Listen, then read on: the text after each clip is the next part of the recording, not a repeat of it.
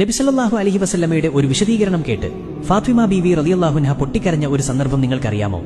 ഒരിക്കൽ നബി സല്ലല്ലാഹു അലൈഹി വസല്ലമ ഫാത്തിമ ബീവിയോട് പറഞ്ഞു, ഫാത്തിമ, ഞാൻ ഇസ്രാ മിഅ്റാജ് രാത്രിയിൽ ജിബ്രീൽ അലൈഹിസ്സലാമിനോടൊപ്പം യാത്ര ചെയ്യുമ്പോൾ ഞങ്ങൾ നരകം കാണാനിടയായി.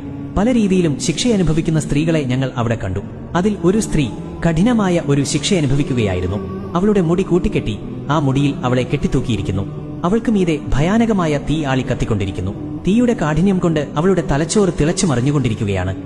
ഇതുകേട്ട് മകൾ ഫാത്തിമ ബീവി സഹിക്കാനാവാതെ നിയന്ത്രണം വിട്ട് പൊട്ടിക്കരഞ്ഞുപോയി. ഉപ്പ, അവരെ ഇത്രയേറെ മാരകമായി ശിക്ഷിക്കപ്പെടാനുള്ള കാരണം എന്താണുപ്പ? എനിക്കൊന്ന് പറഞ്ഞു തരുമോ? നബി സല്ലല്ലാഹു അലൈഹി വസല്ലമ മറുപടി നൽകി, ഫാത്തിമ, ആ സ്ത്രീ അന്യപുരുഷന്മാരുടെ മുന്നിൽ തലമുടി പൂർണ്ണമായും മറക്കാത്തവളായിരുന്നു. അതായത് ആ സ്ത്രീ തലമറക്കാത്ത ഒരു സ്ത്രീയായിരുന്നു. സുബ്ഹാനല്ലാഹ്, തലമറക്കൽ നിർബന്ധമാണ് എന്നും അതൊരു മുസ്ലിം സ്ത്രീയുടെ അടയാളമാണ് എന്നും ഇക്കാലത്തെ എല്ലാ മുസ്ലിം സ്ത്രീകൾക്കും അറിയാവുന്ന കാര്യമാണ്. മറക്കണമെന്ന് അറിവില്ലാത്ത ഒരു മുസ്ലിം സ്ത്രീയെപ്പോലും മുസ്ലിം സമുദായത്തിൽ ഇന്ന് കാണാൻ കഴിയുകയില്ല.